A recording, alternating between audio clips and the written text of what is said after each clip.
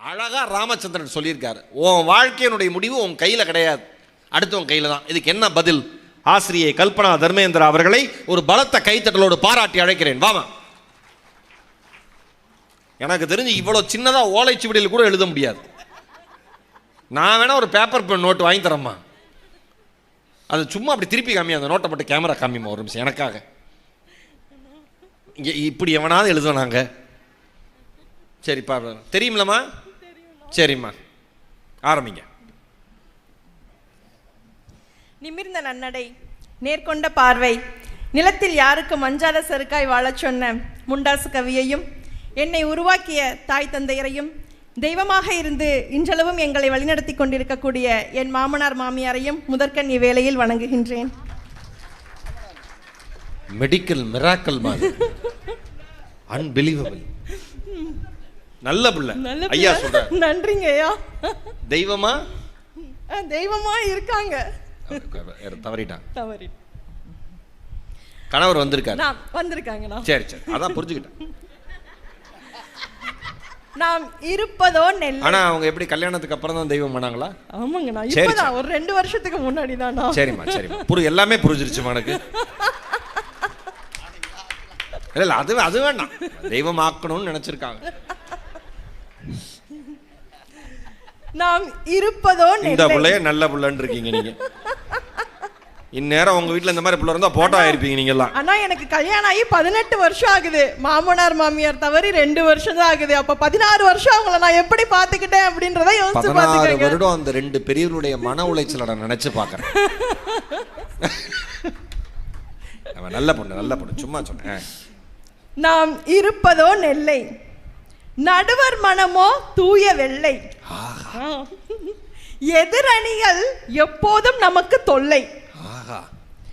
தென்னிந்திய ஆக்ஸ்போர்ட்டாக விளங்கும் இந்த நெல்லை அறிவின் எல்லை. தென்னிந்திய ஆக்ஸ்போர்டாக விளங்கும். ஆஹா, நம்ம வாழ்க்கை நம்ம கையிலையா அடுத்தவங்க கையிலையா? தலைப்புச் செய்திகள் நிறைவடைந்தது. தம்பி ரொம்ப அழகா பேசினார். இவங்க 2 பேருமே அடுத்தவர்கள் கையில் அப்படின்னு பேச வந்திருக்காங்க ஆண்கள். அதற்கு என்ன காரணம் தெரியுமா?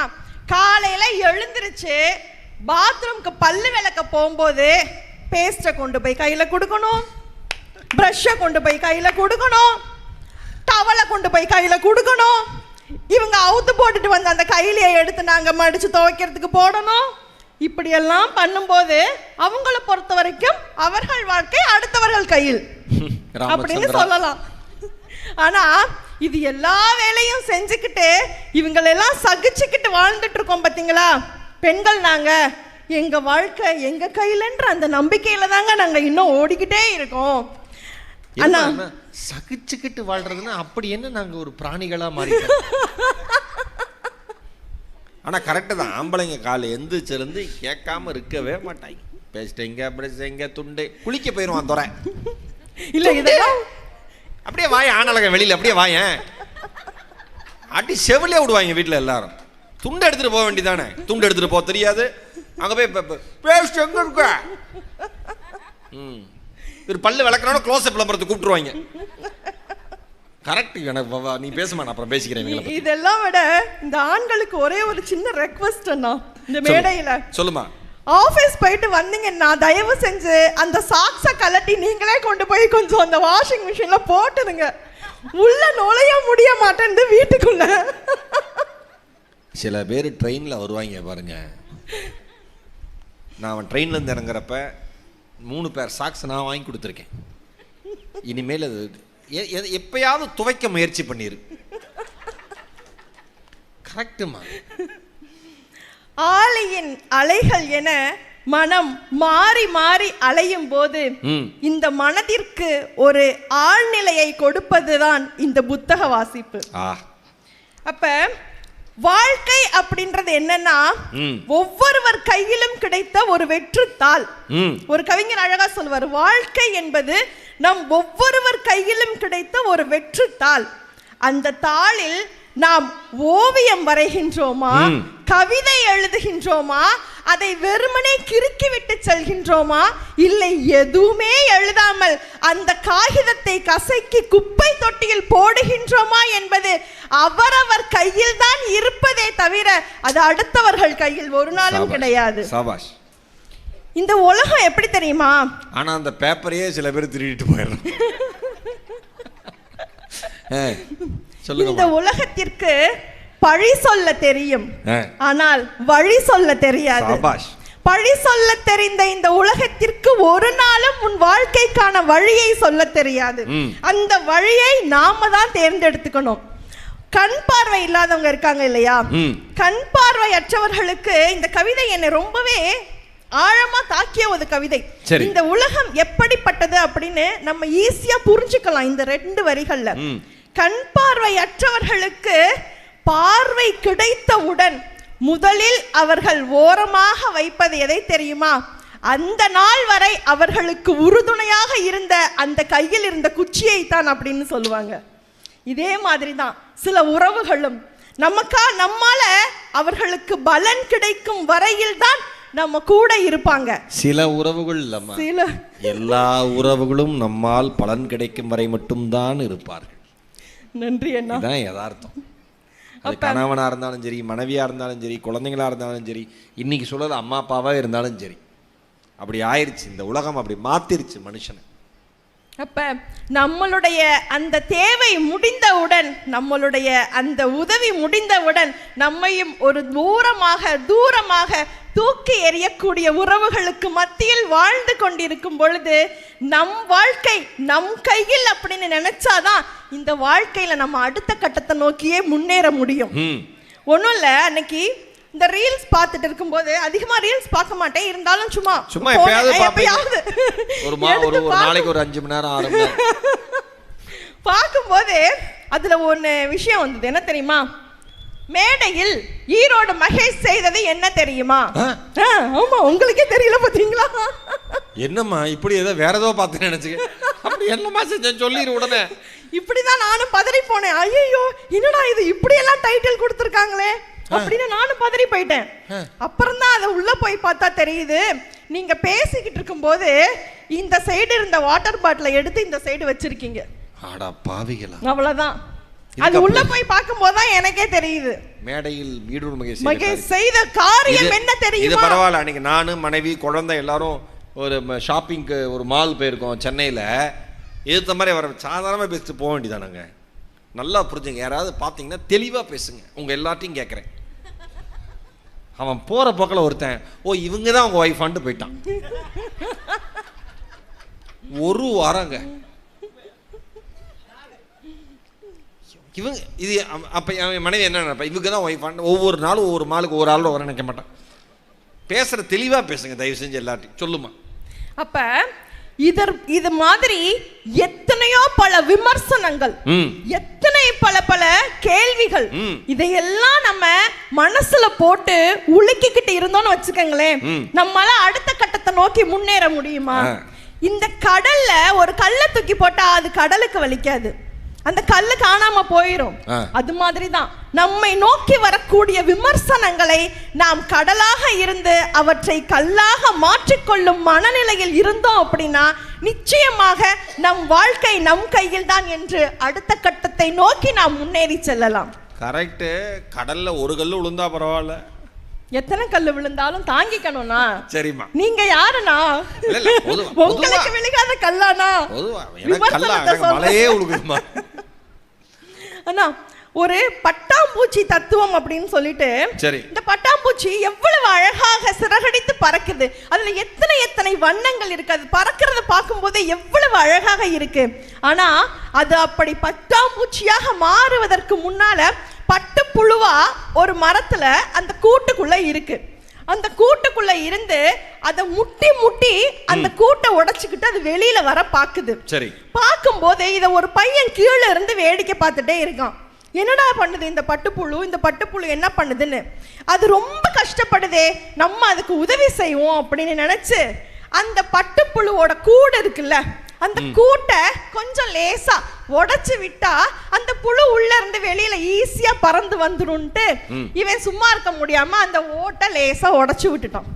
உடைச்சு விட்ட அடுத்த நிமிஷம் என்ன ஆனது, அந்த பட்டு புழு அந்த கூட்டில் இருந்து கீழே விழுந்து அதற்கு சிறகுகள் முளைக்காம போயிடுச்சு. சரி, இதுல என்ன தாற்பயம் தெரியுமா? ஒரு பட்டு புழு அந்த கூட்டுல இருக்கும்போது அதை எந்த அளவிற்கு முட்டி முட்டி மோதுதோ அந்த அளவிற்கு அதனுடைய உடலில் ஒரு திரவம் சுரக்கும். அந்த திரவம் தான் அதனுடைய அந்த ரெக்கைக்கு பறக்கக்கூடிய சக்தியை கொடுக்கும். ஆனா இவன் உதவி செய்யறதா நினைச்சு அந்த பட்டுப்புழுவை இப்ப முடமாக்கி விட்டுட்டான். இது நான் பட்டுப்புழுவுக்கு மட்டும் சொல்லல, நம்மளை சுத்தி இருக்கவங்களுக்கு தான் சொல்றேன். நமக்கு அவங்க உதவி செய்யலனாலும் பரவாயில்ல, உபத்ரோகம் செய்யாம இருந்தாலே போதும், நம்ம வாழ்க்கையில எல்லாரும் முன்னேறி வந்துடலாம். அப்படி இருக்க மாட்டானே, அவன் தானே மனுஷன். நம்ம தம்பி ரொம்ப அழகா புடவை எடுக்கிறது, நகை எடுக்கிறதெல்லாம் பத்தி சொல்லிட்டு போனாரு. ஒரு விஷயம் இந்த இடத்துல பதிவு பண்ணணும்னு நினைக்கிறேன். சொல்லுமா? தம்பி கல்யாணம் ஆன புதுசுல நம்ம வீட்டுக்கு அவங்க ஒய்ஃபை கூட்டிட்டு வந்திருந்தாரு. அக்கா வாங்க தீபாவளி. யாரையும் கூப்பிட மாட்டியா அப்படிலாம்? தீபாவளிக்கு வாங்க போய் புடவை எடுத்துட்டு வரலான்னு சொல்லிட்டு போனோம். நானே அவங்க ஒய்ஃபு தம்பி எல்லாரும் சேர்ந்து போறோம். போற வழியில பார்த்தா ஒரு கடைக்கு கீழே வாசல்ல பட்டுப்புடவை 100 ரூபாய், அதான் பட்டுப்புடவை 100 ரூபாய், காட்டன் புடவை 50 ரூபாய், வாயில் புடவை 20 ரூபாய்னு எழுதி போட்டிருந்துச்சு. பார்த்த உடனே தம்பி படன்னு அக்கா வாக்கா இந்த கடைக்கு போலாம், அக்கா வாக்கா இந்த கடைக்கு போலான்னு கையை பிடிச்சி நேரா இழுத்துக்கிட்டு அவங்க ஒய்ஃபையும் என்னையும் கூட்டிட்டு உள்ள போறாரு. நான் சொல்றேன், தம்பி கொஞ்சம் பொறு, அவசரப்படாத, கொஞ்சம் அமைதியா இருப்பான்றேன். கேட்கல. உள்ள கூட்டிட்டு போய் அவங்க ஒய்ஃபு கிட்ட, நீ ஒரு 10 பட்டு புடவை எடுத்துக்கோ, இந்தா நீங்க அக்கா நீ ஒரு 10 பட்டு புடவை எடுத்துக்கோ அப்படின்னு மேல தொங்குற புடவையெல்லாம் அது வேணுமா இது வேணுமான்னு கேட்டுட்டு இருக்காரு. சரி, அப்புறம் நான் சொன்னேன், தம்பி இவ்வளவு அவசரப்படக்கூடாது வாழ்க்கையில, வாழ்க்கைனா கொஞ்சம் பொறுமை இருக்கணும், கொஞ்சம் வான்னு சொல்லி வெளியில கூட்டிட்டு வந்து, இந்த போர்டெல்லாம் பாத்தியே, இதுக்கு மேல எழுதி இருக்க பேரை பாத்தியா அப்படின்னு கேட்டேன். அப்புறம் தான் மேல அண்ணாந்து பாக்குறாரு, அது அயன் பண்ற கடை. அயன் பண்ற கடையில பட்டு புடவைக்கு 100 ரூபாய், காட்டன் புடவைக்கு 50 ரூபாய்னு எழுதின போர்டை மட்டும் பார்த்துட்டு இவ்வளவு அவசரப்பட்டு இந்த பையன் அயன். எனக்கு கல்பனா தர்மேந்திரா பிடிச்சதே அவங்களுடைய நம்பிக்கை தான். ஒரு நகைச்சுவை சொல்லிட்டு யாருக்கும் காத்திருக்க மாட்டாங்க, அவங்களே சிரிச்சிருவாங்க. இந்த மாதிரி நம்பிக்கை இருந்தது எல்லா பேச்சாளரும் நல்லா பேசலாம். எங்க அயன் கடையில் எப்படி பட்டுப்புடவை வரிசையா வச்சிருப்பான், எப்படி இந்த பையன் எடுக்க முடியும்? அயன் பண்ணி மேல தொங்க விட்டுருக்காங்கன்னு அத போய் அக்கா நீ அதை எடுத்துக்கோ நீ இதை எடுத்துக்கோன்னு மாறி மாறி. இந்த கடை உங்க தெருவுல இருக்கு, எங்க சந்துல இருக்கு. பேசுமா பேசு, உங்க டீமே ஒரு ரேஞ்சில தான் இருக்கீங்க, பேசு. அண்ணா கடை, அதாவது இந்த உலகத்துல எப்பவுமே ஒரே ஒரு விஷயம் மட்டும் ஞாபகம் வச்சுக்கோங்க. சொல்லுமா? இந்த வாழ்க்கை ஒவ்வொன்றும், ஒவ்வொரு நாளும், ஒவ்வொரு நிமிடமும், ஒவ்வொரு நொடி பொழுதும் நாமளா செதுக்குனது. இத யார் உன்னால இது முடியாது இது நடக்காதுன்னு சொன்னாலும் அதை தானாக நம்பும் வரை நெவர் எவர் கிவ் அப்னு சொல்லுவாங்க இல்லையா, உன் வாழ்க்கை உன் கையில் அப்படின்னு சொல்லுவாங்க இல்லையா, அதுதான் உண்மை. இதை நம்ம எப்ப நம்புறோம் அப்படின்னா, படம் பார்க்கறப்ப நம்புனேன். இது டயலாக் எல்லாம் அஜித் சார் பேசினாரு. அண்ணா அவங்க சொன்னதெல்லாம் உண்மைதானே? அவர் சொன்னதெல்லாம் உண்மைதான், ஆனா நமக்கு அது உண்மையா? நம்ம நாட்டுல நடக்கிற விஷயங்களை தானே இன்னைக்கு படத்துல காமிக்கிறாங்க. கரெக்ட் தான். அதாவது நெப்போலியன், மாவீரன் நெப்போலியன் நம்ம எல்லாருக்கும் தெரியும். அவரு பல தேசங்களை வென்றவர், தன்னுடைய நம்பிக்கையால பல தேசங்களை வென்றவர். அவர் என்ன பண்ணிருக்காரு, அவரு போய் அவரை எல்லாரும் என்ன பண்ணிருக்காங்க, அடுத்த நாட்டுல உள்ளவங்க எல்லாம் எப்படியாவது இவரை பயமுடுத்தியே ஆகணும், இவர் இவ்வளவு ஒரு தைரியமான ஆளா இருக்காரேன்னு சொல்லி ஒரு பிளான் பண்ணி அவரை ஒரு விருந்துக்கு அழைச்சிருக்காங்க. சரி, அந்த விருந்துக்கு வரும்போது எல்லாரும் அவருடைய இருக்கைக்கு கீழே ஒரு வெடியை வச்சிடணும். அந்த வெடி வெடிக்கும் போது அந்த சத்தத்துல அவர் பயந்து கையில இருக்க தேநீரை கீழே கொட்டுறத பார்த்து நம்ம எல்லாரும் சிரிக்கணும் அப்படின்னு ஒரு பிளான் பண்ணி அவரை வர வைக்கிறாங்க. அந்த தேநீர் விருந்துக்கு அவரை தவிர அந்த இடத்தில் இருக்கக்கூடிய அத்துணை பேருக்கும் தெரியும் அந்த இடத்துல ஒரு வெடி வெடிக்க போகுது அப்படின்றது. சரி, வந்ததுக்கு அப்புறம் எல்லோரும் தேநீர் கப்ப கையில எடுக்கிறாங்க. எடுத்த உடனே கீழே வச்சிருந்த வெடிய பத்த வைக்கிறாங்க. வெடி வெடிக்குது. 2 நிமிஷம் கழிச்சு பார்த்தா நெப்போலியன் கையில் இருந்த அந்த தேநீர் கோப்பையை தவிர அங்க சுத்தி இருந்த அத்தனை பேர் கையில் இருந்த தேநீரும் கீழே கொட்டி இருந்துச்சு. நெப்போலியன் கையில் இருந்த தேநீர் மட்டும் கீழே கொட்டவே இல்லை. ஏன்னா குடிச்சிட்டாரா? இல்ல, அவருக்கு அவ்வளவு, எல்லாருக்கும் அவ்வளவு ஆச்சரியம். எல்லாரும் கேட்டாங்க, எப்படி இது உங்களுக்கு மட்டும் சாத்தியம் அப்படின்னு. அப்பதான் அவர் சொன்னாரு, என் மீது நான் கொண்ட நம்பிக்கை இருக்கு இல்லையா, எப்ப இந்த தேநீர் கோப்பையை என் கையில் எடுத்தேனோ அப்பொழுதே இதிலிருந்து ஒரு சொட்டு கூட வேஸ்ட் ஆயிடக்கூடாது அப்படின்ற அந்த எண்ணமும் என்னுள் சேர்ந்தே முளைத்திருக்கிறது. நெப்போலியனுக்கே புதுசா இருக்கட்டும் என்னப்ப. அப்ப ஆகவே நம் மீது நாம் கொண்டுள்ள அந்த நம்பிக்கை இருக்கு பாத்தீங்களா, இந்த உலகம் பாதையை அடைத்து விட்டு உன் பயணத்தை தொடரு அப்படின்னு சொல்லும். சிறகுகளை ஒடித்து விட்டு ஏணியை பிடுங்கி விட்டு எங்க தூரமா பறந்து போ அப்படின்னு சொல்லும். ஆனா புதிய பாதை போட தெரிந்தவனுக்கு அடைக்கப்பட்ட பாதை ஒரு பொருட்டு அல்ல. சிறகை விரித்து பறக்க தெரிந்தவனுக்கு ஏணி என்பது ஒரு பெரிய விஷயம் இல்ல. அப்ப காற்றை விட வேகமாக இருப்போம், கடலை விட ஆழமாக இருப்போம். நம் சாதனைகளை நீரில் எழுதாதீர்கள், அது நொடி பொழுதில் அழிந்துவிடும். உங்கள் சாதனைகளை நிலவில் செதுக்குங்கள், அதுவே நிலையாக நிலைத்திருக்கும். கடந்த காலத்திற்கான செருப்புகளை கலற்றி வீசி எறியுங்கள், நிகழ்காலத்திற்கான சிறகுகளை கையில் ஏந்தி கொள்ளுங்கள். நேற்றும் இன்றும் மட்டும் நம்முடையது அல்ல, நாளையும் நம்முடையதுதான் என்ற நம்பிக்கையில் சிறகடித்து பறப்போம். யாருடைய வலையிலும் சிக்கிக் கொள்ளாமல் இருப்போம். நமக்கு எத்தனை எதிர்ப்புகள் வந்தாலும், எத்தனை அவமானங்கள் வந்தாலும், எத்தனை கேலிகள் வந்தாலும், எத்தனை கிண்டல்கள் வந்தாலும், என் வாழ்க்கை என் கையில் என்ற உறுதியோடு முன்னேறி முன்னேறி சென்று கொண்டே இருப்போம்.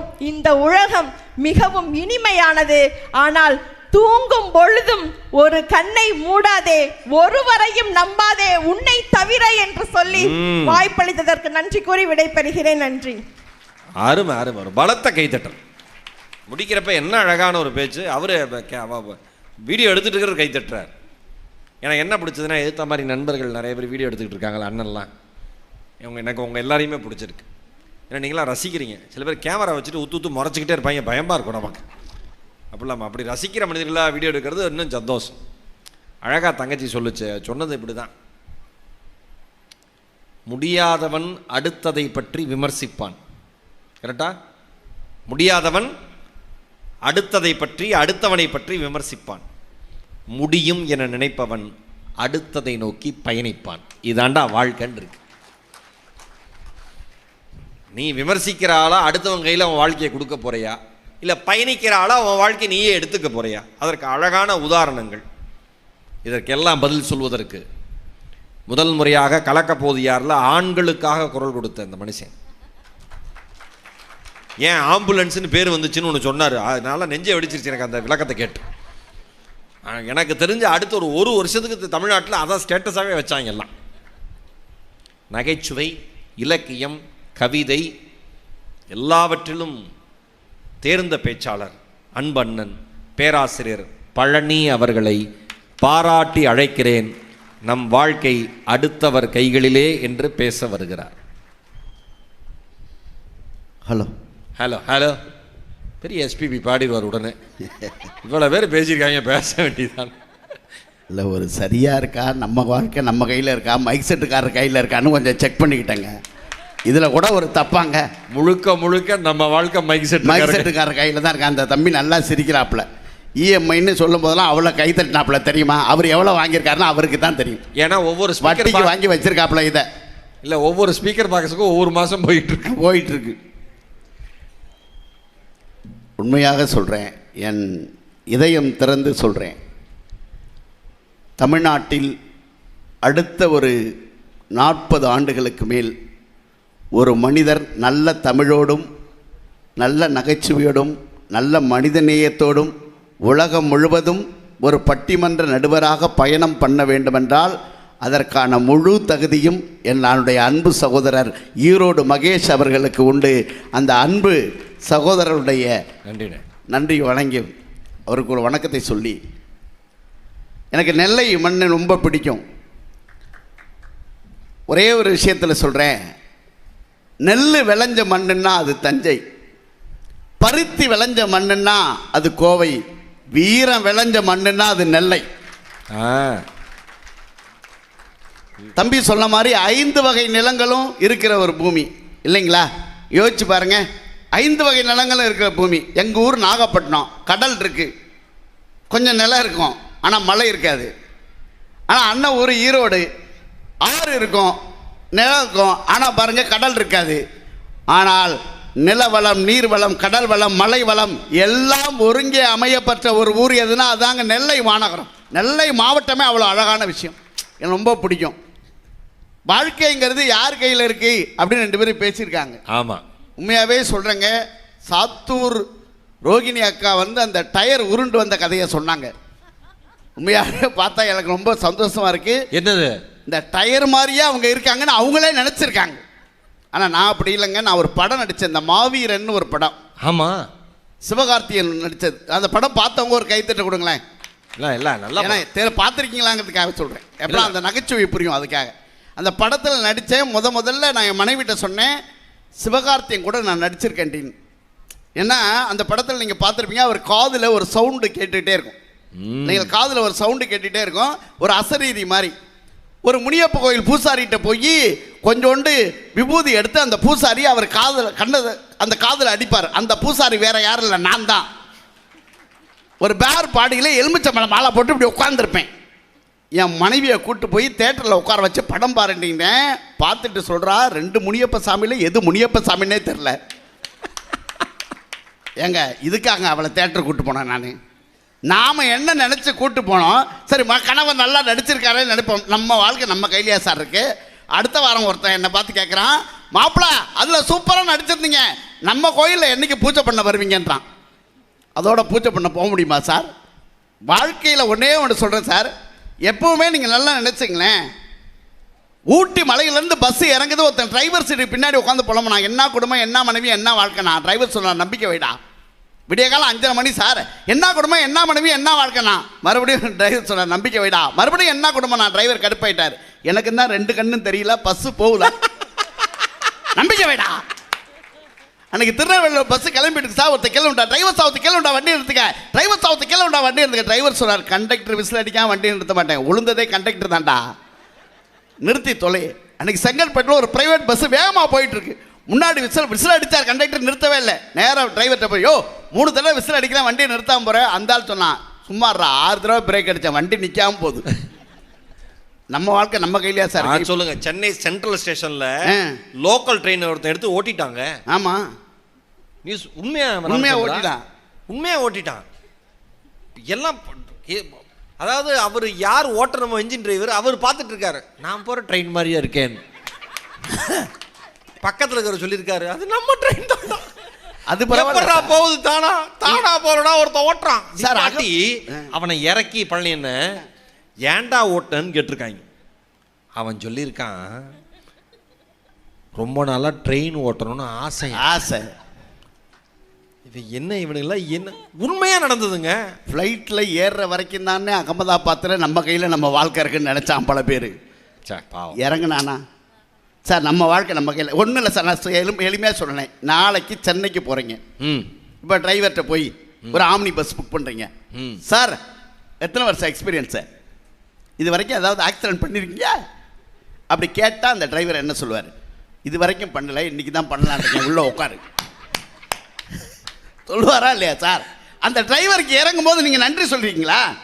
என்னைக்காவது நன்றி சொல்லுங்க, வணக்கம் தலைவரேன்னு சொல்லிங்களா? எப்போ சொல்லுவீங்க தெரியுமா? திண்டிவனத்தில் இப்படி பஸ்ஸை நிறுத்தி வச்சு நாம் உயிரோடு தான், ஐயா வணக்கம் தலைவரே ரொம்ப நன்றி. ஏன் நம்ம வாழ்க்கையை நம்ம உயிரை அவர் கையிலே ஒப்படைத்து விட்டு தூங்குகிறோமே, அந்த டிரைவர் கையிலே இருக்கிற சார் நம்ம வாழ்க்கை, மறந்துடாதீங்க சார். ஒன்றே ஒன்று சொல்கிறேன், அவங்க சொன்னாங்க, நான் ரொம்ப படித்து இன்னைக்கு மிகப்பெரிய ஒரு சாதாரண புதுக்கோட்டை மாவட்டத்தில் ஒரு சாதாரண இடத்துல இருந்து முதல் பட்டதாரியாக மாறி யார் அந்த அவங்க முத்துலட்சுமி ரெட்டி. அவங்க முத்துலட்சுமி ரெட்டி என்னமா சொன்னாங்க, சிவகங்கை சமஸ்தானத்துக்கும் சென்னை எம்எம்டி அன்னைக்கு சொல்கிறேன் காலேஜுக்கும் அவங்க மருத்துவர் ஆவறதுக்கு பாலையான்னு ஒருத்தர் நடந்தாருமா. அந்த வாத்தியார் பேர் பாலையா. என்னுடைய பட்டத்தை என் ஆசிரியர் பாலையாவின் கால்களில் வைப்பதற்கு நான் கடமைப்பட்டிருக்கேன்னு சொன்னாங்க. அருமை அருமை. அதாவது யோசிச்சு பாருங்க. அதாவது அவங்க மேலே மட்டும் படிச்சுட்டு கீழே படிக்கும் வாழ்க்கையில் சார் ஒன்றே ஒன்று சொல்கிறேன் சார், எப்பவுமே இன்று ஒரு தகவல் சொல்லுவார் சுவாமிநாதன் ஐயா, உங்களுக்கு தெரியும், தென்கட்சி சுவாமிநாதன் ஐயா. அவருக்கு ஒரு லெட்டர் வந்துகிட்டே இருக்குமா. கண்ணன்னு ஒருத்தர் எழுதினார், கும்பகோணத்துலேருந்து அணைக்கரையிலேருந்து ஒரு லெட்டர் வந்துகிட்டே இருக்கும். லெட்டர் வந்து, ஐயாவோட பேச்சு ரொம்ப அருமை, ரொம்ப அழகாக பேசுகிறீங்க, உங்களை ரொம்ப நான் சந்திக்கணும்னு ஆசைப்படுறேன். ஒரு நாள் வீட்டு வாசலுக்கு சுவாமிநாதனே வந்துட்டார். கதவை திறந்தா சுவாமிநாதன் ஐயா நிற்கிறார். ஐயா யாருன்னு தெரியலீங்களே அப்படின்னார் அவர். கண்ணன் ஐயா, ஐயா யாருன்னு தெரியல. ஐயா நீங்கள் என் ஆசிரியர் என்ன, நான் உங்கள் மாணவன். அணைக்கரையில் இருக்கும்போது நீங்கள் தான் என்ன பாடம் நடத்தி பெரிய ஆளாக்குனீங்க. சின்ன வயசில் படிப்பு வரலன்னு என் காதை பிடிச்சி திருகிருக்கீங்க. பெரிய ஆளாகி நான் உங்கள் காதுகளையே திருடி இருக்கிறேன் சொன்னாராம். காதை திருகி இருக்கீங்க, காதுகளையே திருடி இருக்கிறேன். அப்போ ஒரு ஆசிரியர் இல்லாம ஒரு மாணவன் வர முடியுமா சார் இன்னைக்கு வாழ்க்கையில? அதானே யோசிச்சு பாருங்க. அப்ப நம்ம வாழ்க்கை நம்ம கையில இருக்குன்னு எப்படி சொல்றது? நீயே படிச்சு, நீயே எக்ஸாம் எழுதி, நீயே பாஸ் பண்ணி, நீயே போஸ்டிங் போட்டுக்க, எப்படி வர முடியும்? அதே இன்று ஒரு தகவல் சொல்றேன். சாமிநாதன் இந்த குற்றாலத்துக்கு வந்தாருங்க.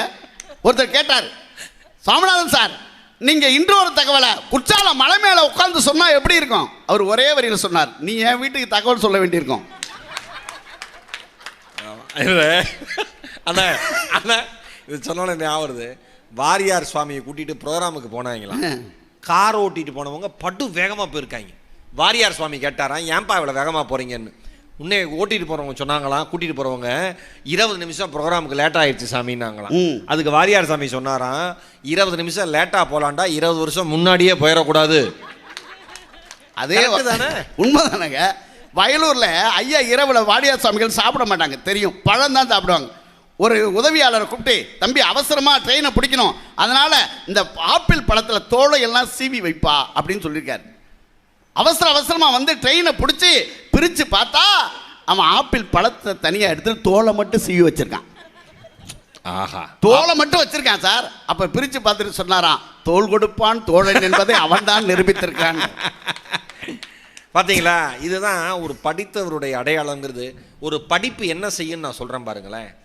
ஒரு படிப்பு எந்த இடத்தில் உங்களை நிராகதியாக ஒருவர் விட்டு போனாரோ அந்த இடத்திலிருந்து அடுத்த இடத்திற்கு பறக்க சொல்லி கொடுப்பதன் பெயர் தான் படிப்பு. அருமையா. நான் வாரியாரை பற்றி ஒன்று சொல்கிறேன். அண்ணன் ரெடி பண்ணதில், அண்ணன் யோசிச்சுட்டு வந்ததில் வாரியாருடைய அந்த இது நகைச்சுவை கிடையாது. ஆனால் ஈரோடு மகேஷ் ஒன்று சொன்னதுக்கப்புறம் அண்ணன் படித்தது ஒன்று நினைவு வருது இல்லை. அதனால தான் முன்னாடி இருக்கு, தொட்டனை தூரும் மணற்கேணி மாந்தர்க்கு கற்று அனைத்து ஊரும் அறிவு. ஏங்க வள்ளுவன் மாதிரி ஒரு ஆள் கிடையாதுங்க, அது ஊரும் அறிவு. ஏன் வினைத்தொகை, ஊரும் அறிவு, ஊறுகின்ற அறிவு, ஊரிய அறிவு. காலத்துக்கும் அறிவு இருக்குண்டா. நாருமூநாதன் என்கிற ஒரு மனிதர் இன்று இல்லை, ஆனால் அவர் இன்று இருக்கிறார். இவ்வளவுதான் அறிவு. அழகு அழகு அழகு அழகு அழகு. உண்மையாவே நான் அதனால தான் சொல்றேன், நான் ஒரு யதார்த்தத்தை ஒரு வாழ்க்கையில் பயன்படுங்க. என் கூட இலங்கேஸ்வரன் ஒரு பையன் படித்தான். சரி, அவன் ஈழத்து, என்ன உங்களுக்குலாம் தெரியும், அப்போல்லாம் முகாமில் நிறைய தங்கியிருப்பாங்க. நான் வந்து ஒரு கடற்கரை ஓர மீனவ கிராமத்தில் பிறந்த பையன். என் கூட எங்கள் ஊரில் அந்த முகாம் இருந்தது. அந்த பையன் என் கூட படித்தான். அவன் ஒரு அத்லட், நல்ல வேகமாக ஓடுவான். எவ்வளோ வேகமாக ஓடினாலும் அவங்க அப்பா மட்டும் இதை ஏற்றுக்க மாட்டார். 2 ஸ்டெப் ஃபார்வேர்ட் அப்படிம்பாரான், 2 ஸ்டெப் ஃபார்வேர்ட் அப்படிம்பாரான். இவனுக்கு என்னன்னா ஃபர்ஸ்ட் ப்ரைஸ்லாம் வாங்குறான், எப்போ பார்த்தாலும் மதிப்பெண் பெறான், பெருசாக வர்றான், நல்ல வேகமாக ஓடும்போது எல்லாரும் பாராட்டுறாங்க, எங்கள் அப்பா மட்டும் பாராட்ட மாட்டுறாருன்னு ஒரு வருத்தம். உடனே ஒரு அப்பாட்ட ஒரு நாள் கேட்டான், அப்பா நான் நல்லா தானேப்பா ஓடுறேன், ஏன்ப்பா நான் மட்டும் ஓடும்போது 2 ஸ்டெப் ஃபார்வேர்டுன்னு சொல்லிகிட்டே இருக்கீங்க, நான் இதுக்கு மேலே வேறு என்னப்பா பண்ணுறதுன்னு அவங்க ரொம்ப அருமையாக அவங்க அப்பா சொன்னாராம், யுத்தம் நடக்கும்போது நம்ம மட்டக்களப்பில் இருந்தப்பா, நான் ஒன்றை தூக்கிட்டு ஓடினேன், உங்கள் அக்காவை தூக்கிட்டு உங்கள் அம்மா ஓடினா, 2 ஸ்டெப்பு வேகமாக ஓடி இருந்தா அந்த பதுங்கு குழிக்குள் போகிறதுக்குள்ள உங்கள் அம்மா குண்டடிப்பட்டு இறந்து போயிருக்க மாட்டாப்பா, அதனால தான் எப்போவுமே 2 ஸ்டெப் ஃபார்வேர்டு நான் சொல்லிக்கிட்டே இருக்கேன் உன்னை பார்த்துன்னு சொன்னாரான். சார் வாழ்க்கையில் ஒரு அப்பா கஷ்டப்படுறாருல, அது வந்து எல்லாருக்குமா தெரியாது சார். ஒரு கவிஞன் எழுதுனான், என்ன எழுதுனான்னு தெரியுமா? எல்லாம் யோசிச்சு பாருங்க. அப்பா சொல்லுவார், நான் போயிட்டா தாண்டா உங்களுக்கு தெரியும், சொல்லுவாரா இல்லையா? எல்லா அப்பாவும் சொல்லுவாங்கல்ல, அது எப்படி சொல்லுவாங்க, உனக்காக தான்டா செருப்பா தேய்கிறேன். அந்த கவிஞன் சொல்றான், உனக்காகத்தான் செருப்பாக தேய்கிறேன் என்று அப்பா சொன்ன போது புரியவில்லை. அவர் எழுந்திருக்க முடியாத இறுதி நாளில் அவர் செருப்பும் சொன்னது. அவர் செருப்பும் சொன்னது. அவ்வளவு தேஞ்சிருக்கு. அந்த கவிதை யார் எழுதுனது தெரியுமா? நான் தான் எழுதினேன். ஏன் சொல்றேன்னா, வாழ்க்கைங்கிறது அதான சார். நீங்க எல்லாம் இங்க இருக்கிறவங்க ஒன்று சொல்றேன். பேராசிரியர் பழனி என்கிற இந்த நபர் வேதாரண்யம் பகுதியிலே ஒரு சாதாரண மீனவ கிராமத்திலே மிக சாதாரணமான ஒரு வாழ்க்கையை தொடங்கிய ஒரு மனிதன். கிட்டத்தட்ட 25 ஆண்டு கால பழக்கம் எனக்கும் பேராசிரியர் பழனி அவர்களுக்கும். தாயை பற்றி தந்தையை பற்றி பேசுகிற பொழுது இதயத்தின் ஆழத்திலிருந்து சொற்களை இறைத்து பேசுவார். ஏன் தெரியுமா? உப்பு போட்டு வளர்த்தது மட்டுமல்லாமல் உப்பு காற்றோடு வளர்த்த பெருமை அவர்கள் தாய் தந்தையருக்கு உண்டு. நன்றி நன்றி சார். ஒரு அழகான கதை ராக்கி ரங்கராஜன் எழுதினது, சுருக்கமாக சொல்கிறேன். சொல்லுங்கண்ணே. ரொம்ப அழகாக எழுதியிருப்பார். அந்த காலத்தில் 1960, 70களில் மனைவி கணவன் மனைவி சண்டை எப்பயும் நடக்கிறது தானே. பட்டார்னு மனைவியை ஒரு பூரி கட்டை எடுத்து அடிக்கிறாரு. மனைவி செத்துட்டா. என்னங்க என்ன செய்யுன்னு தெரியல அவருக்கு. புருஷன் செத்துட்டானா? மனைவி செத்துட்டான். மனைவி செத்தோடனே சமயக்கட்டிலே போச்சுட்டார். யாருக்கும் தெரியக்கூடாதுன்னு, வெளியில் சொல்ல முடியல. ஊருக்கு சொந்தக்காரங்கள்லாம் லெட்டர் எழுதி போயிட்டார், என் மனைவிக்கு பிளேக் நோய் மாதிரி ஒரு தீராத நோய் வந்துருச்சு, அவன் மொட்டை மாடியில் வச்சு பார்த்துக்கிறேன், 6 மாதத்தில் சரியாயிரும்னு டாக்டர் சொல்லிட்டாரு, அதனால் யாரும் வர வேண்டாம் சொந்தக்காரங்கன்னு எல்லாருக்கும் லெட்டர் எழுதிட்டு டெய்லி சாப்பாடு சமைச்சு மொட்டை மாடிக்கு கொண்டு போய் அந்த முதல் தளத்தில் உட்கார வச்சு அவரே உட்காந்து தின்ட்டு வந்துடுவார். ஏன்னா யாருக்கும் தெரியாது வெளியில் அவங்க மனைவி இருக்காங்களா இல்லையானே தெரியாது. ஏன்னா தீராத நோய். அந்த காலத்தில் நோய்ங்கிறது அப்படி கொடுமையான நோயாக வரும். அப்படி பண்ணுவார். இப்படி பண்ணிக்கிட்டே இருந்திருக்காரு. அந்த வீட்டில் ஒரு வேலைக்காரம்மா வந்திருக்கு. வேலைக்காரி அம்மாவோட இவருக்கு கனெக்ஷன் ஆயிடுச்சு. வாழ்க்கை அப்படி தானே தொடரும். கனெக்ஷன் ஆயிடுச்சு. கொஞ்ச காலம் அந்த அம்மா என்ன சொல்லிச்சு, என்னை திருமணம் பண்ணிக்க நச்சரிக்க ஆரம்பிச்சிச்சு. இவர் என்ன சொல்கிறாரு, ஒய்ப்பு சாகட்டும், செத்த உடனே கல்யாணம் பண்ணிக்கிறேன்ட்டார். கல்யாணம் பண்ணிக்கிறேன்ட்டார். ஒவ்வொரு நாளும் தள்ளி போயிட்டே இருக்கு. ஒரு நாள் என்ன பண்ணியிருக்காரு, இந்த அம்மா சமைச்சு சாப்பாடெல்லாம் கொடுத்துட்டு எப்பயுமே போயிடும். இவர் சாப்பாடை எடுத்துகிட்டு முதல் தளத்துக்கு மாடிக்கு போயிட்டார். ஒரு அரை மணி நேரம் கழிச்சு சாப்பிட்டுட்டு கீழே வந்தார். அந்த அம்மா போகலை, அங்கேயே இருக்கு. உடனே இவர் சொன்னார், ஏன் நீ போகலையா அப்படின்னாரு. இன்னைக்கு எனக்கு முடிவு தெரிஞ்சாகணும், நீங்கள் எப்போ கல்யாணம் பண்ணிப்பீங்க? அம்மா அதான் ஒய்ப்பு இறந்தோன்னே கல்யாணம் பண்ணிக்கிறேன்னு சொன்னேனே. இன்னைக்கு முடிவு தெரிஞ்சிடும் இல்லை, நாளைக்கு நம்ம கல்யாணம் பண்ணிக்கலாமா? ஏன், அந்த சோத்தில் விஷம் வச்சுட்டேன். இப்போ இவர் செத்துட்டாரு. அதான் ஒன்று நல்லா தெரிஞ்சிங்க, பண்ண வேலைக்கு நல்லா வரும். ஓ வாழ்க்கை ஓ கையில் இருக்குன்னு இல்லை, யார் வேணாலும் நம்ம கதையை முடிச்சிடலாம். நல்லா வேகமாக போகிற 2 வீலரில் ஏத்தாப்பில் வர லாரிக்கிட்ட நம்ம பதிலே சொல்ல முடியாது சார். சார் ஒன்றும் இல்லை சார், நீங்கள் பைக்கில் போகும்போது நீங்கள் பாருங்கள் மேடம், சைட் ஸ்டாண்ட் சார் பார்த்து அப்படின்னு ஒருத்தர் சொல்கிறானா இல்லையா? பின்னாடி நம்ம மனைவி உட்காந்துருப்பாங்க, துப்பட்டா மேடம் பறக்குது அப்படின்னு ஒருத்தர் சொல்லுவான். இதை விட ஒருத்தர் இருப்பான் தெரியுமா, முன்னாடி போயிட்டு வந்து யூட்டான் போட்டு சொல்லுவான், சார் அங்கே போலீஸ்கார் நிற்கிறாரு பார்த்து போங்க அம்மா. எனக்கு அந்த மாதிரி மனுஷங்களை பார்க்குறப்ப தெய்வத்தை நேரில் பார்த்த மாதிரியே இருக்கும் பாருங்க. ஆனால் இங்கே நீங்கள் இப்படி சொல்கிறீங்களா, அன்றைக்கி ஒருத்தர் சைட் ஸ்டாண்டு சார்னா கீழே குனிஞ்சு பார்த்து நான் கீழே விழுந்துவிட்டேன். ஆனால் சைட் ஸ்டாண்டு நான் இது எடுத்து தான் விட்டுருந்தேன். என்னை சொன்னவன் தான் தூக்கி விட்டான். வாழ்க்கையில் இல்லை இருங்க, சொன்னவன் தான் தூக்கி விட்டான். நான் சொன்னேன், ஏன்டா எடுத்து தான்டா விட்டேன், கரெக்டாக தான்டா போயிட்டுறேன், ஏன்டா சைடு ஸ்டாண்ட் எடுத்து விடுன்னு சொன்னேன். அவன் சொன்னான், முட்டா பையில ஒன்றை சொல்லடா பக்கத்தில் போகிற பைக்கை சொன்னேன். என்னையா வாழ்க்கை. அவங்க சொல்லும்போது சொந்தக்காரங்களாம் ரொம்ப நான் ஒன்றே நான் ரோட்டில் நடந்து வந்தேன், சொந்தக்காரன் தான் அவன். எல்லாருக்கும் பாயசம் கொடுத்தான், எனக்கும் கொடுத்தான் சார். வாங்கிட்டே கேட்டேன், என்னடா இப்போ விசேஷம்? எங்கள் அண்ணன் ஹரியானா போனார், 5 கோடி ரூபாய்க்கு லாட்டரி சீட்டு விழுந்திருக்கு, அவருக்கு அதனால பாயசம் கொடுக்குறேன்னா. பரவாயில்லையே, உங்கள் அண்ணனுக்கு 5 கோடி ரூபா விழுந்திருக்கு, தம்பி பாயசம் கொடுக்குறேன், நல்ல குடும்பம் நான். அதெல்லாம் இல்லை, அந்த சீட்டு தொலைஞ்சிருச்சு, கன்ஃபார்ம் பண்ணிட்டு தான் பாயசமே வச்சேன்ட்டு இருக்கான். இவன் வழங்குவானா சார்? நீங்களாம் நினச்சி பாருங்க, நம்ம வாழ்க்கை நம்ம கையில் எங்கெங்க நடக்குதா? நீங்கள் எல்லாம் நினச்சி பாருங்க. அது கூட பரவாயில்ல சார், ஒரு திருடன் புருஷன் முன்னாடி 2 பேரையும் கட்டி போட்டு வாயில் துணியை வச்சு அமுக்கிட்டு எல்லாரும் திருடிருக்கான். இந்த வீட்டுக்காரன் இருக்கான், சரி ஏதோ சொல்ல வர்றாரு. எனக்கு என்னவோ அமுக்கினதே உங்களை தான் போல இருக்க.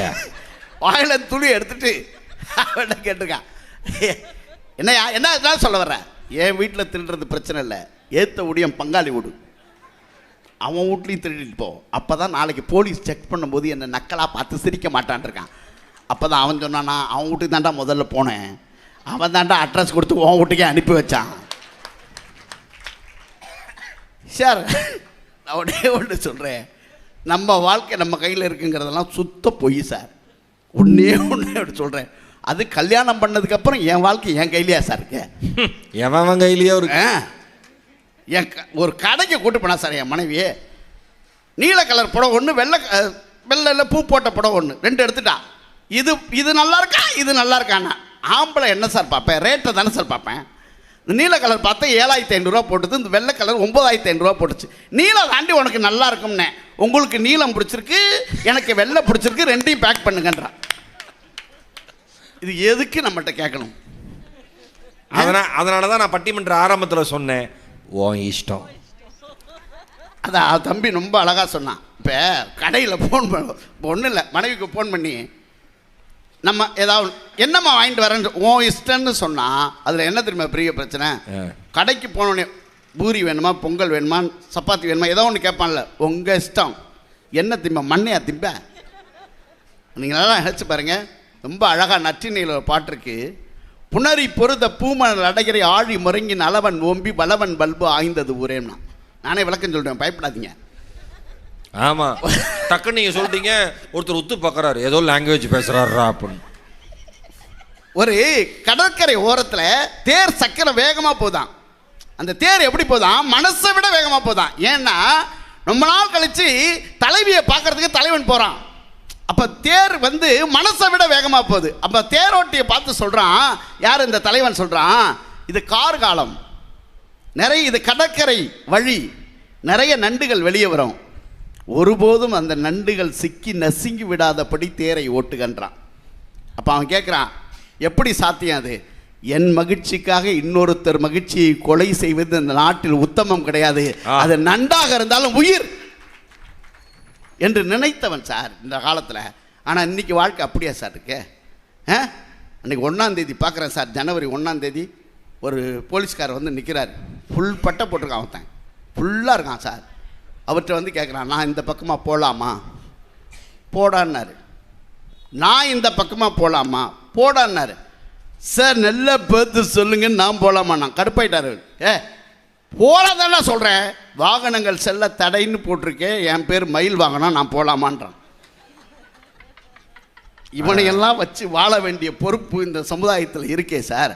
ஒன்றே ஒன்று சொல்கிறேன் சார், இப்போ அவர் வாழ்க்கை அவர் கையில் இருந்தால் கொஞ்ச நேரத்தில் மகிழ்ச்சியை கெடுத்துருவான் சார். உங்களை பார்த்து அடுத்த செகண்ட் உங்கள் நம்பிக்கையை உடைச்சிருவான். ஒரே ஒரு விஷயம் சொல்லி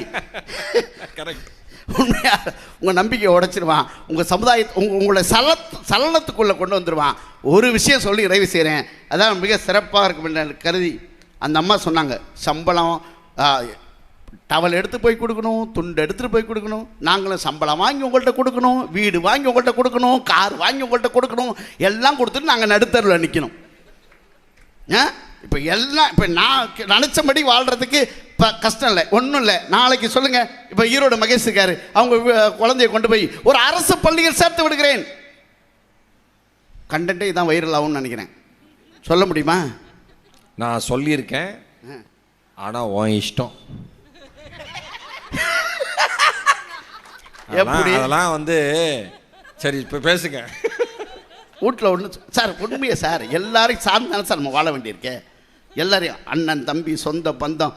ஒன்றே ஒன்று சொல்கிறேன், அந்த ரயிலில் சகோதரி சொன்னாங்க, அந்த ரயிலில் கண்ணில்லாத சகோதரன் புல்லாங்குழல் வாசிக்கிற போது, கண்ணில்லாத சகோதரன் புல்லாங்குழல் வாசிக்கிற போது எல்லோரும் அவன் கண்ணையே பார்த்தார்கள், நான் கண்ணனையே பார்த்தேன் அவன்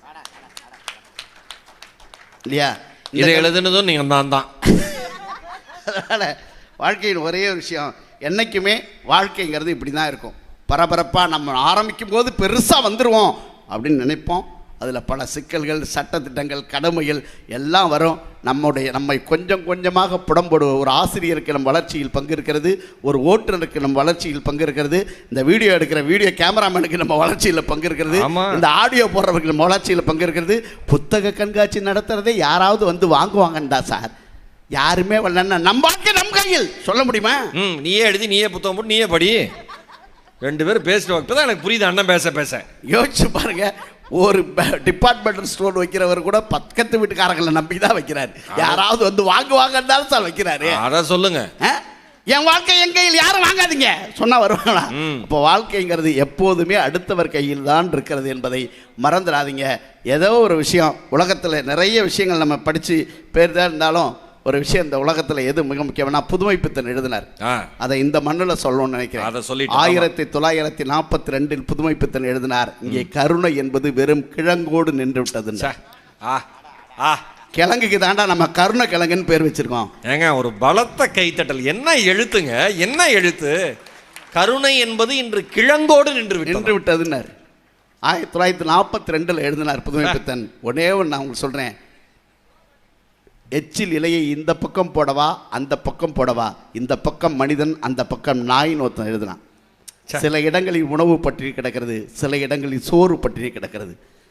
கையும் காலும் முளைத்த கவிதையாக இந்த குழந்தை பிறந்தாலும் வாழ்க்கையில் கை கால் ஊனமான மனிதன் உண்டு, வயிறு ஊனமான மனிதன் இல்லைன்னு சுயம்புலிங்கம் என்கிற கவிஞர் சொன்னார்.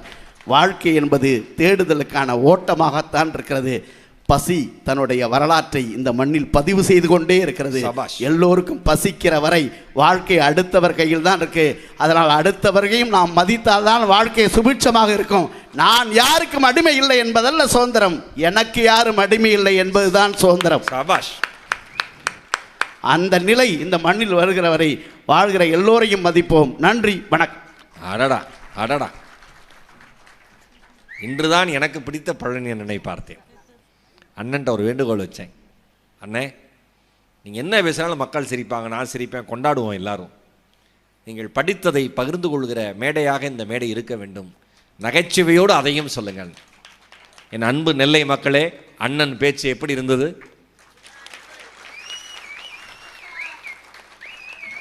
ஒரு 10 மணிக்கு மேலே ஒரு மனுஷன் பேசி இன்னும் டைமை சொல்லிவிட்டோன்னா பார்த்துட்டு கிளம்பிடாதீங்க. நான் தீர்ப்பை சொல்லிடுறேன் சீக்கிரமாக. ஏன்னா நம்ம ஊரில் தீர்ப்புக்கு மரியாதை இல்லைங்கிறது எல்லாருக்கும் தெரியும். யார் எந்த தீர்ப்பு சொன்னாலும் அவன் வேலைக்கு போய்கிட்டு இருக்கான். பாருங்க, நம்ம ஊரில் சிக்னல்ங்கிறதே ஒரு தீர்ப்பு தான், தெரியும்ல? ரோட்டில் சிக்னல் இருக்கிறது தீர்ப்பு தானே. தீர்ப்புங்கிறது ஜட்ஜ்மெண்ட்டுன்னு நினச்சிக்கிறோம். சின்ன சின்ன விஷயமே தீர்ப்பில் தான் அடங்கியிருக்கு. ரெட்டு வந்ததுன்னா என்ன பண்ணோம்? எல்லோ ரெட்டு வரப்போகுதுன்னு சொல்லுது. கிரீன்னா போ. நம்ம ஊரில் தலைகீழாக பண்ணுவான். அதுவும் நம்ம ஊரில் ரூல்ஸ் வச்சுருக்கான் பாருங்க. அவன் வண்டியில் போனால் ரூல்ஸ் மாறிடும். ஒருத்தன் அவ்வளோ வேகமாக போய் ஒரு சின்ன ஒரு நூலில் உயிர் தப்பிட்டான், எல்லாம் போயிருக்கும். ஏண்டான்னு கேட்டேன். அந்த எல்லோலேருந்து ரெட்டு ஆகிறதுக்குள்ளே ஒரு 3 செகண்டோ 5 செகண்டோ இருக்குமா, அதுக்குள்ளே போயிடலான்னு பார்த்துருக்கான். நான் சொன்னேன், உண்மையிலே நீ போயிடலான்னு தான் பார்த்துருக்க. ஏங்க, யாருக்காவது அடிபட்டு எமர்ஜென்சியில் ஆம்புலன்ஸில் கூப்பிட்டு போகிறாங்க. அந்த ஆம்புலன்ஸ் முன்னாடியே இவன் போகிறான். ஏண்டான்னு கேட்டால் வேகமாக போயிடலாம் அப்படின்னா. நான் சொன்னேன், வேகமாக போயிடக்கூடாதுன்னு தான் ஒருத்தன் ஆம்புலன்ஸ்லேயே போகிறான். இப்போ என்ன இருக்குது வாழ்க்கையில்? அண்ணன் கேட்ட மாதிரி இப்போ அண்ணன் பேச தான் புரிஞ்சிருக்கு எனக்கு நிறைய விஷயம். இந்த 2 பெண்களும் நம் வாழ்க்கை நம் கையில். என்ன நம் வாழ்க்கை நம் கையில் யோசிச்சு பாருங்க. ஆனால் இவங்க சொன்னதில் என்னன்னா, இந்த உலகமே உன்னை கைவிட்டாலும் நீ நினைத்தால் உன்னால் வாழ முடியும். உண்மைதானே? இந்த உலகத்தில் வாழக்கூடாதுன்னு நம்ம கூட இருக்கிறவன் நம்மளை பார்த்து சொன்னாலும், இந்த உலகத்தில் என்னால் வாழ முடியும்னு அவனை பார்த்து சொல்கிற தகுதியும் திறமையும் நம்ம வளர்த்துக்கிட்டா வாழ முடியும். கொல்லிமலையில், சேலம் பக்கத்தில் கொல்லிமலை பகுதியில் நத்துக்குழிப்பட்டின்னு ஒரு ஊராட்சியில் அங்கே நடுநிலை பள்ளியில் 8ஆம் வகுப்பு படிக்கிற மாணவி சத்யா, அந்த சத்யாவும் அவங்களுடைய தோழிகளும் இணைந்து அன்னாசி பழ அறுவடை கருவின்னு ஒரு கருவி கண்டுபிடிச்சாங்க. அது சிறந்த கண்டுபிடிப்பா பெயர் எடுத்து 1 லட்சம் ரூபாய் பரிசு வாங்கியது. ஏண்டா தங்க இதை கண்டுபிடிச்சேன்னு கேட்டதுக்கு, எங்கள் அம்மா அன்னாசி பழம் அறுவடை பண்ண போகிறப்ப பாம்பு கடிச்சிருச்சு, ஏதோ எங்கள் அம்மா உயிர் பொழைச்சிருச்சு. இப்போ எங்கள் அம்மா இல்லைன்னா என் நிலைமை யோசிச்சு பாருங்க. இந்த மாதிரி எல்லார் வீட்லேயும் நடக்கும்ல. அப்போ இனிமேல் இந்த மலைப்பகுதியில் யார் வந்து நம்மளை காப்பாற்ற போகிறா? நாம தான் நம்மளை காப்பாற்றிக்கணும்னு நானும் என் ஃப்ரெண்ட்ஸும் சேர்ந்து முடிவு பண்ணோம். அதில் கண்டுபிடிச்சது தான் இந்த கருவி. 500 ரூபா தான் மேனுஃபேக்சரிங் காஸ்ட்னுச்சு. அப்போ நம்ம வாழ்க்கை நம்ம கையில். சொன்னது கரெக்டாக இருக்கா சார்? கண்கள் நன்றாக இருக்கிறது, காது நன்றாக கேட்கிறது, கைகள் நன்றாக இருக்கிறது, கால்கள் நன்றாக இருக்கிறது, வாழ்க்கையின் மீது தீராத வெறுப்பும் இருக்கிறது. உண்மையா? கண்கள் இல்லை. சில சகோதரனும் சகோதரியும் இந்த உலகத்தை அணுவாக ரசிக்கிறார்கள். என் தாய்க்கு காதுகள் கேட்காது, நான் பேசுவது அவளுக்கு கேட்கிறது. என் தந்தை வயது மூப்பின் காரணமாக படுத்த படுக்கையாக இருக்கிறார். ஆனால் படுத்திருக்கிற பொழுதெல்லாம் நான் நடக்கிற அழகை ரசித்து கொண்டே இருக்கிறார். அப்போ எது வாழ்க்கை? நீ உன் வாழ்க்கையை அடுத்தவன்ட்ட ஒப்படைக்கிற? கேட்டிருக்காங்களே 2 பேரும் கேள்வியை. அடுத்தவன்கிட்ட உன் வாழ்க்கையை ஒப்படைச்சிட்டுனாவே உன் வாழ்க்கை உன் கையில் கிடையாது. கரெக்டு தானே சார்? ஏங்க தப்பு பண்ணவெல்லாம் தைரியமாக இருக்காங்க? நம்ம ஊரில் தப்பு பண்ணவன் தான் தைரியமாகவே இருக்கான். ஏன்டா ஒரே நகைக்கடையில் 4 முறை கொள்ளையடிச்சேன்னு கேட்டிருக்காரு ஜட்ஜு. அதுக்கு திருடன் சொல்லியிருக்கான் சென்டிமெண்ட்டாக ராசிச்சுங்கிட்டு இருக்கான். சென்டிமெண்ட்டாக அங்கே அடிச்சுட்டு போனால் அந்த மந்த்து நல்லா இருக்குன்னு இருக்கான். 4வது முறை ஏங்க ஏடிஎம்மில் கொள்ளையடிச்சு பார்த்துருக்கோம். ஒருத்தன் ஏடிஎம்மையே கொள்ளையடிச்சிருக்கான். மிஷினை உடைக்க முடியலைங்க, குட்டியானை எடுத்துகிட்டு வந்து மிஷினையே தூக்கியிருக்கான். தூக்கிட்டு போய் பார்த்ததில் அமௌண்ட் இல்லையா?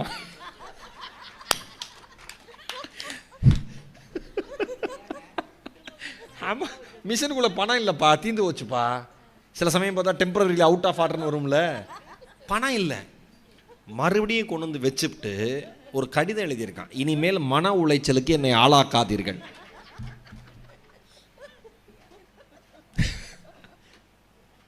தப்பு பண்ணுறவங்களாம் கோவப்படுறாங்க. ஒன்வே அவன் வரக்கூடாது, அவன் ஏற்ற மாதிரி வந்துட்டு பார்த்து போ. தெரியல யாரு? நம்மளை. நமக்கு டவுட் ஆகுது, நாம ஒன்வேல வரோமா இல்லை அவன் ஹைவேஸில் ஹெட்லைட்டை போட்டு எழுத்த மாதிரி வராங்க. எனக்கு உண்மையிலே டவுட் ஆயிடுச்சு, நான் கரெக்டாக ஓட்டுறேன்னா அவன் கரெக்டாக ஓட்டுறேனான்னு. தப்பு பண்ணுறவன் கான்ஃபிடென்ட்டாக வரான். அப்போ என்ன வாழ்க்கை? இவங்க கேட்குறாங்க, இவங்க என்ன சொல்கிறாங்க, டே அவன் அப்படி தான்டா இருப்பான். உனக்கே உன் மீது நம்பிக்கை இல்லாத பொழுது நீ எப்படி அடுத்தவனை நம்பி வாழ்வாங்கிறது இவங்க கேட்குற கேள்வி. ஆனால் பழனியன் சொன்னார், ஐயா இந்த மேடையில் நாம் பேசுறது கேட்க, இந்த மேடையில் நாம் பேசுகிறத உலகம் முழுக்க பார்க்க, எல்லாமே அடுத்தவங்களை நம்பி தான் இருக்கு. எதுத்த மாதிரி 1 2 3 4 5 6 7 2 செல்ஃபோனு, 7 கேமரா, 2 செல்ஃபோன் கேமராவில் வீடியோ எடுக்கிறாங்க. அப்படி அப்படி அமுத்தி இந்த க்ரீன் பட்டனை இந்த ஆஃப் பண்ணி விட்டாங்க அப்படின்னா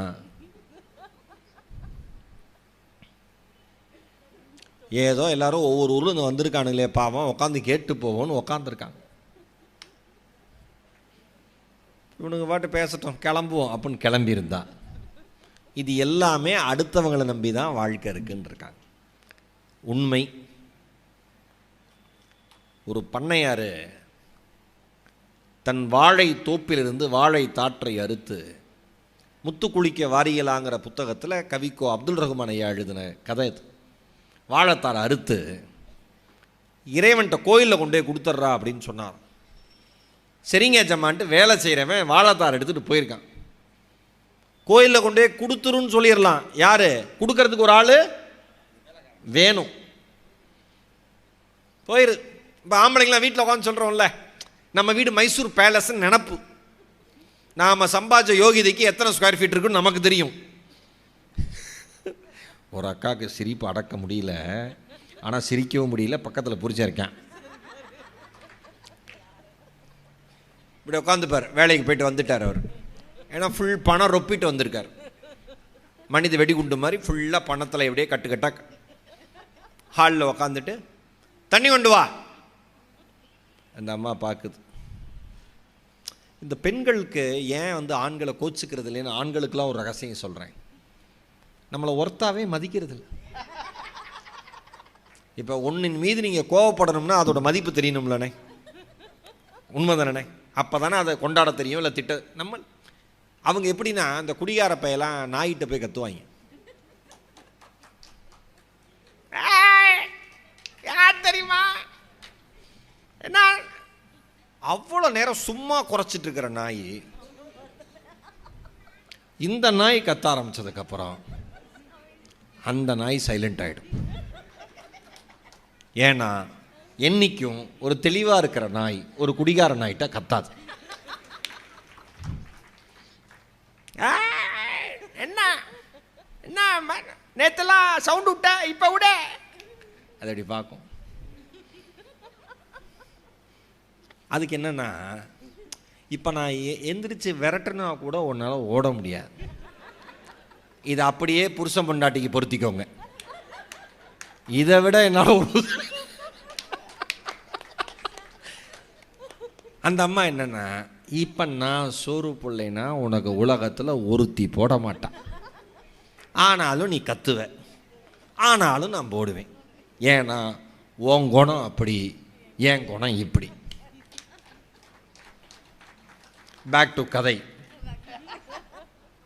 ஏன்னா இது நான் பேச ஆரம்பிச்சேன்னா எனக்கு ரொம்ப பிடிக்கும் இந்த சப்ஜெக்ட். ஆண்கள் எப்படி ஈகோ காமிக்கிறாங்க வீட்டில் அப்படிங்கிறது எனக்கு ரொம்ப பிடிச்ச சப்ஜெக்ட். எதுவுமே சாதிக்காமல் எல்லாம் சாதித்த மாதிரியே இருப்பான் ஆண். இவன் எதுவும் சாதிக்க மாட்டான்னு தெரிஞ்சே வாழ்வா பெண். மனசாட்சி இருக்கிற ஆண்கள் கை தட்டுறீங்க. மற்றவங்க எல்லாம் குறுகுறுன்னு இருக்கு. சரி, சாத்துன்னு சாத்துறானேடா நம்மளை அப்படின்னு. ஆனால் கல்யாணம் ஆறப்ப நம்மால் பேசுவான் பாருங்க. என்னங்க சூஃபி ஞானி, கசல் கவிதை. ஹேய், இங்கே பார்த்துக்க, உங்கள் அம்மா வீட்டில் நீ எப்படி வேணால் இருந்திருக்கலாண்டி, இனிமேல் எப்படி இருக்க போகிறேன்னு பாரு. மொத்தமே 5 புடவை தானே வச்சுருக்க, இனிமேல் மாதம் ஒரு புடவை. 2 பவுன் தானே உங்கள் ஆத்தா போட்டு அமுச்சிச்சு,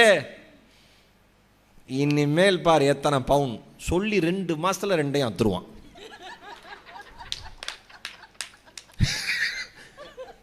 சரி விடுங்க, அது மறுபடியும் நான் அப்படி போயிடுவேன். பேக் டு கதை.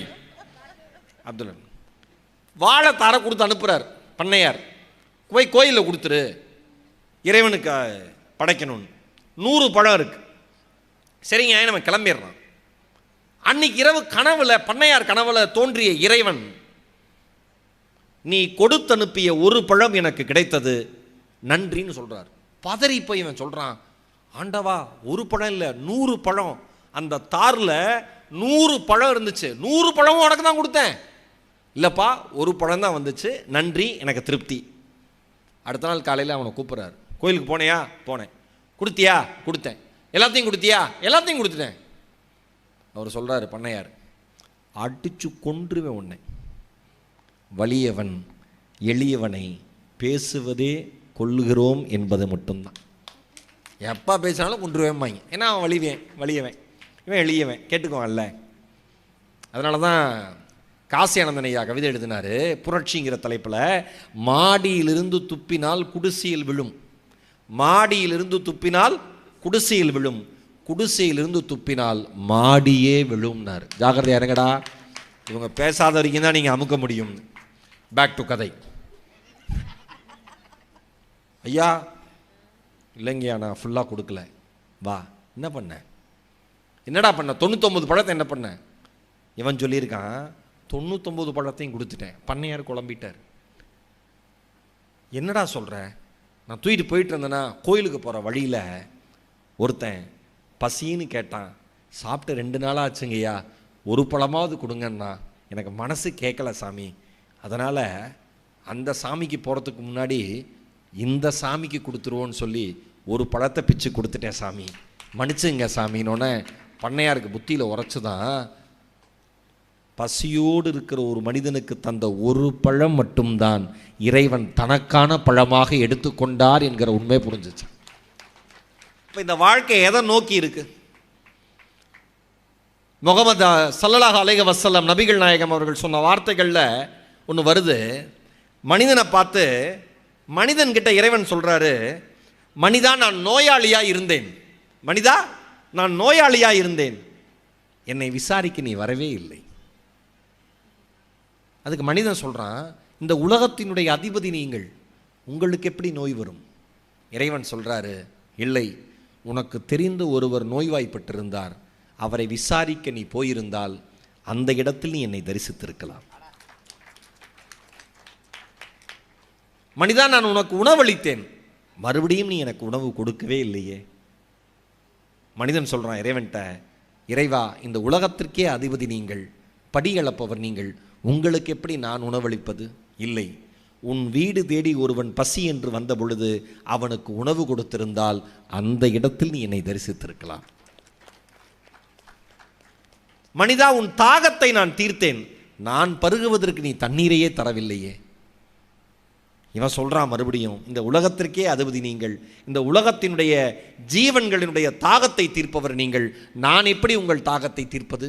இறைவன் சொல்கிறாரு, உன்னிடம் ஒருவன் தாகத்தோடு ஒரு குவளை நீர் கேட்டான், அவன் தாகத்தை தீர்த்திருந்தால் அந்த தாகத்தில் என்னை நீ தரிசித்திருக்கலாம் என்று சொல்லுகிறான். என் அன்பு மக்களே, யோசிச்சு பாருங்க, இந்த உலகத்தில் அடுத்தவங்க இல்லாமல் நம்ம இல்லை. பிறப்பிலிருந்து இறப்பு வரை எங்க அப்பா சொல்லுவாரு, 4 நல்ல மனுஷனை சம்பாதிச்சு வச்சுக்கோடா. நான் எங்கள் அப்பாட்ட கேட்டேன், அது என்ன காலங்காலமாக எல்லாரும் 4 நல்ல மனுஷனை சம்பாதிச்சு வச்சுக்க, 4 நல்ல மனுஷனை சம்பாதிச்சு வச்சுக்கன்னு சொல்கிறீங்க, அந்த 4 நல்ல மனுஷனுக்கு என்ன அர்த்தம்னு கேட்டேன். எங்கள் அப்பா சொன்னார், நீ இறந்த பிறகு உன்னை தூக்குவதற்கு, மனமகிழ்வோடு உன்னுடைய பூத உடலை சுமப்பதற்கு, உன் சவத்தை சுமப்பதற்கு 4 ஆன்மாக்களை நீ சம்பாதித்து வைத்தால் அதை விட சிறந்த பிறப்பு இந்த உலகத்தில் இல்லைன்னார். பிறப்புலேருந்து இறப்பு வரைக்கும் அடுத்த வந்தான். ஆனால் மனுஷன் என்ன வேலையை பண்ணுறான்னு இந்த இறுதி தீர்ப்புன்னு ஒரு அப்துல் ரஹ்மான் ஐயாட்டியே வரேன், இதை சொல்லிவிட்டு நான் தீர்ப்பை சொல்லிடுறேன். நீங்கள் இந்த புத்தக திருவிழாவில் இங்கே நிகழ்ச்சிகள் நடக்குது, அந்த பக்கம் புத்தகங்கள் விற்குது. என் அருமை திருநெல்வேலி மக்களுக்கு, நெல்லை மக்களுக்கு ஒன்றே ஒன்று சொல்கிறேன் இந்த நிகழ்ச்சி வாயிலாக, எந்த புத்தகத்தை படிக்கிறதுன்னு என்கிட்ட எல்லாரும் கேட்பாங்க. நான் ஒருபோதும் புத்தகங்களை பரிந்துரைப்பதில்லை. சொல்லுவேன், ரொம்பலாம் இதுதான் அதுதான் சொல்கிறதில்லை. மாரி செல்வராஜ் அண்ணன் இயக்குனர், என்ன பிரமாதமான இயக்குனர், அவர் சொன்னார் ஒரு இன்டர்வியூவில், விகடனில் ஒரு பேட்டியில் சொன்னார், வாசிப்பு மட்டும்தான் ஒரு மனிதனை முழுமையான மனிதனாக மாற்றும்னார். மனுஷன்தான், ஆனால் நீ மனுஷனா இல்லை. நான் எப்போ மனுஷனாக மாறுவேன்? படிச்சுக்கிட்டே இரு, கொஞ்சம் கொஞ்சமாக மனுஷனாக மாறிக்கிட்டே இருப்பேன். அப்படியா? அதே கைப்பிடிச்சி அழைச்சிட்டு போயிடும். நீங்கள் இது வரைக்கும் எந்த ஒரு புத்தகத்தை கூட படிக்காத ஆளாக இருக்கலாம். நம்பிக்கையோடு நெல்லை புத்தக திருவிழாவின் அந்த அரங்குகளுக்குள்ளே போங்க. நான் ஒன்று சொல்லவா, நீங்கள் எந்த வார்த்தையை தேடிக்கொண்டிருக்கிறீர்களோ அந்த வார்த்தை இருக்கிற புத்தகம் உங்களை தேடிக்கொண்டிருக்கிறது. அது உங்களை அழைத்துக்கொள்ளும். படிக்க ஆரம்பிங்க, வாசிக்க ஆரம்பிங்க. ரொம்ப அழகாக அப்துல் ரஹ்மான் எழுதியிருக்காரு, ஆலயம் கட்டியவனையே, நான் அப்படியே படிக்கணும்னு அதை ஃபோட்டோ எடுத்துகிட்டு வந்தேன். ஆலயம் கட்டியவனையே ஆலயத்திற்குள் நுழைய அனுமதி மறுக்கிறார்கள். அடுத்தவன் என்ன வேலை பண்ணுறான் பார்த்தீங்களா? ஆலயம் கட்டியவனையே ஆலயத்திற்கு நுழைய அனுமதி மறுக்கிறார்கள். அவன் கையால் கட்டிய ஆலயம் தீட்டாகவில்லையா?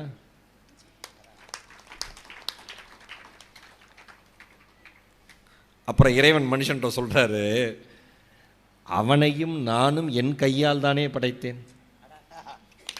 அவனையும் நானும் என் கையால் தானே படைத்தேன். அப்படி என்றால் நானும் மாத்திட்டு ஏங்க இந்த ரெண்டு இந்த இப்போ நான் சொல்ல போகிறேன், இதுக்கப்புறம் சொல்ல போகிற வரி, இந்த வரிகளுக்கு இந்த உலகத்தினுடைய மொத்த செல்வத்தையும் இணையாக வைத்தால் இந்த வரிகள் அதை தாண்டி நிற்கும். அந்த செல்வம் வலு விழந்து போகும். அடுத்த 2 வரி பாருங்க. தீட்டான ஆலயத்தில் தீட்டான இறைவனை ஏன் வணங்குகிறீர்கள்? நீங்களும் தீட்டாகி விடுவீர்களே. தீட்டான ஆலயத்தில் தீட்டான இறைவனை ஏன் வணங்குகிறீர்கள்? நீங்களும் தீட்டாகி விடுவீர்களே. நான் ஒரே பூமியைத்தானே படைத்தேன். மனிதர்கள் தானே இது இந்தியா, இது பாகிஸ்தான், இது அமெரிக்கா, இது ரஷ்யா என்று பிரித்து சண்டை போடுகிறீர்கள். நான் ஒரே சாதியைத்தானே படைத்தேன். நீங்கள் தானே இந்து, இஸ்லாம், முஸ்லீம், புத்தம் என்று உங்களுக்கு நீங்களே பிரித்துக் கொள்கிறீர்கள். அவர் சொல்றாரு, மனுஷனை பார்த்து இறைவன் சொல்றாரு, இறைவன் சொல்லுவதாய் கவிஞன் சொல்லுகிறான். நான் ஒன்று சொல்லவா, இந்த உலகத்தில் இலக்கியவாதி மட்டும்தான் இறைவனாக ஆக முடியும், இலக்கியவாதி மட்டும்தான் இறைவனை மறுக்கவும் முடியும்.